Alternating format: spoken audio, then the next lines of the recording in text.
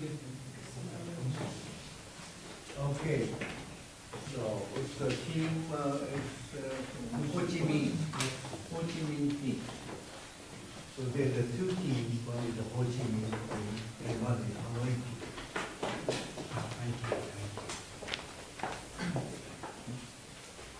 And then I hope everybody is going to use the evaluation. I like to see it, please put them your name and then, follow this guideline.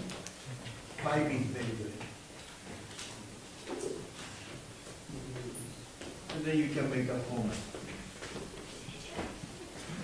Okay, basically 30 minutes or 20 minutes? The base meeting presentation 25 to 30 minutes, and then we have to be Q&A. Oh, that is good.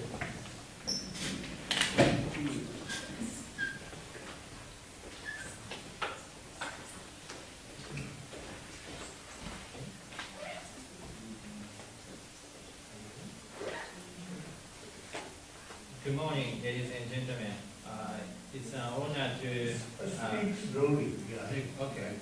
Sorry. It's an honor to have the opportunity to address such a distinguished audience.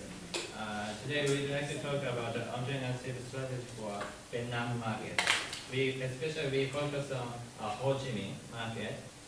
Let us introduce ourselves. My name is Ryo Hayami from Japan. I will be currently first year student.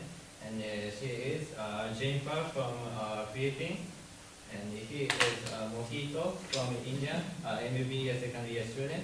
And he is Francisco from Bolivia, MBA second year student. And he is Daisuke from Japan, currently MBA first year student.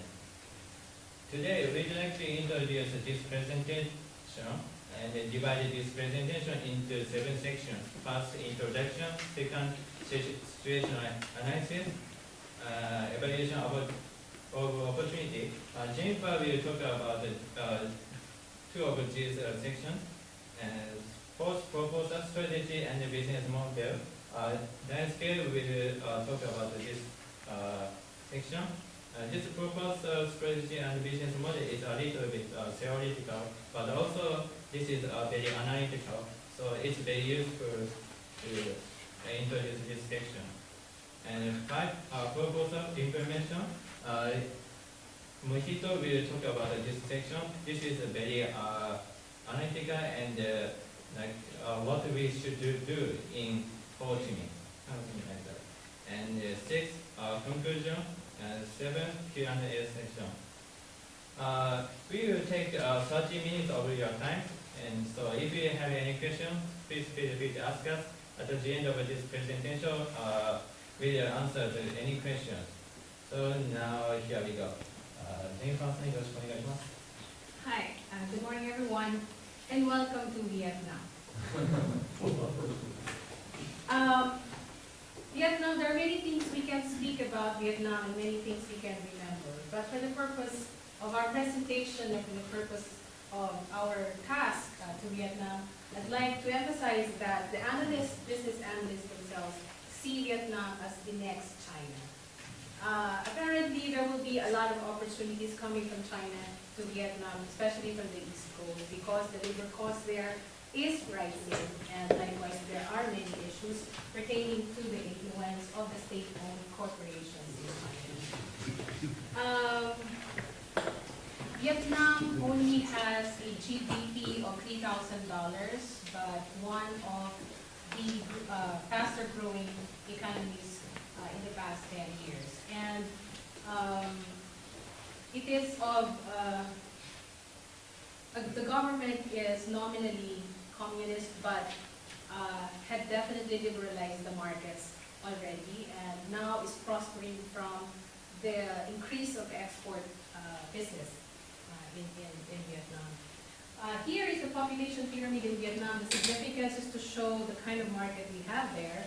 It used to be wider in this base, but now it is ballooning in this area, and this is representing the workforce.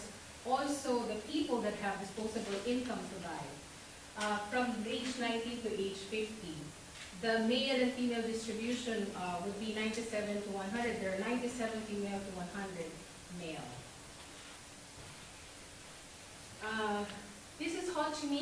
we go to Ho Chi Minh City.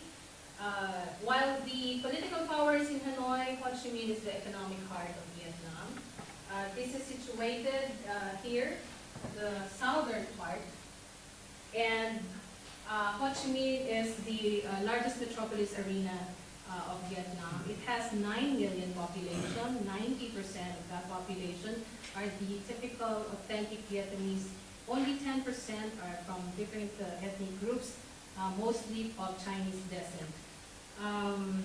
It is also situated here dominatedly by the river called Mekong system, which is probably part of the supply chain of many other businesses there. And this is a picture of the continuing development in Ho Chi Minh. You will see, especially today, there are so many high-rise buildings being constructed. In another class, we study how to do business in emerging markets. And when we do so, we typically would say some of the common characteristics that we find in emerging markets.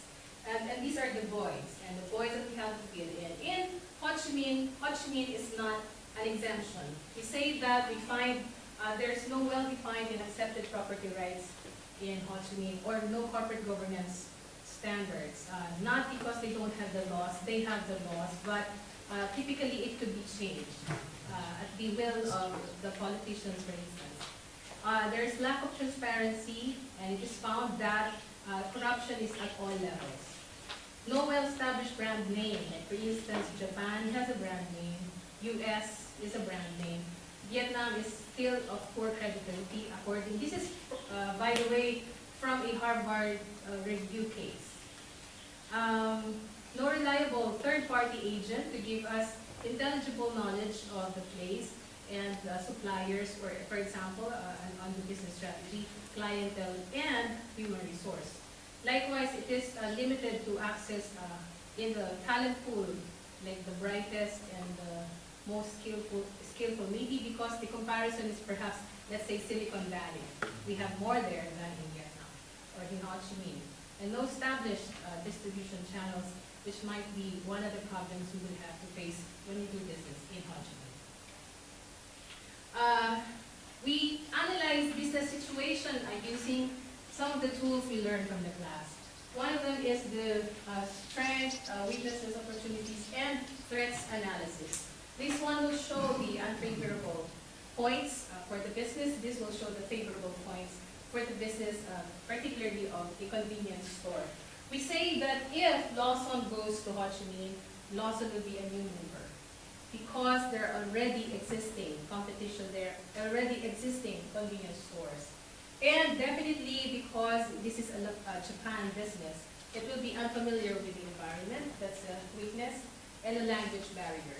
Even if you speak English there and they speak English to you, I think there will be also English barrier. The accent is different and the way the language is used is different. The lack of local knowledge and supply chain dilemma, which I pointed out earlier, because the infrastructure is not that developed. Lack of institutional networks, meaning political connections, and business partnership. Threats would be high competition. The competition is not only the formal stores we call convenience stores. There are also retailers on the streets and peddlers that sell cheaper items, but competing with the items sold in convenience store.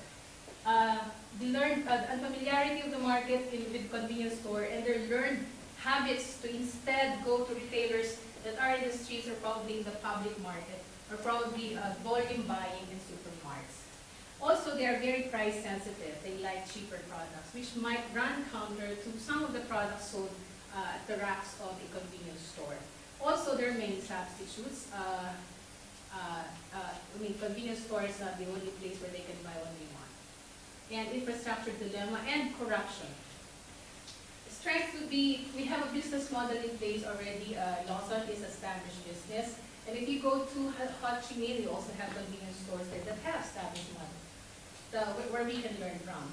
And likewise, if Lawson goes to Vietnam, definitely we surmise that it will have a strong support from Lawson Japan. Trainable staff both ways, Japanese staff that can be trained about Vietnam and Vietnamese staff that can be trained about the ways of Japanese.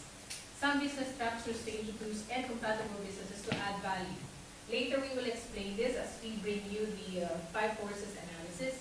And brand and loyal customers, people that have already accustomed buying from Lawson, and if they see Lawson in Vietnam, would definitely patronize that store. And topless opportunities, we have so many districts. Vietnam is large, even Ho Chi Minh area is large. Many places, many districts where we can put the convenience store. There is a growing economy and an open market in Ho Chi Minh. Changing market behavior because right now malls are being built. So people, instead of buying to the public market, they're starting to learn how to just go to the more convenient, air-conditioned, more safe malls to buy their products. And the ways to differentiate, we will later tell you how to differentiate the business, and lessons from the early movers. There are early movers there, whatever they made mistakes about, we will learn from them. So we will not commit the same mistakes.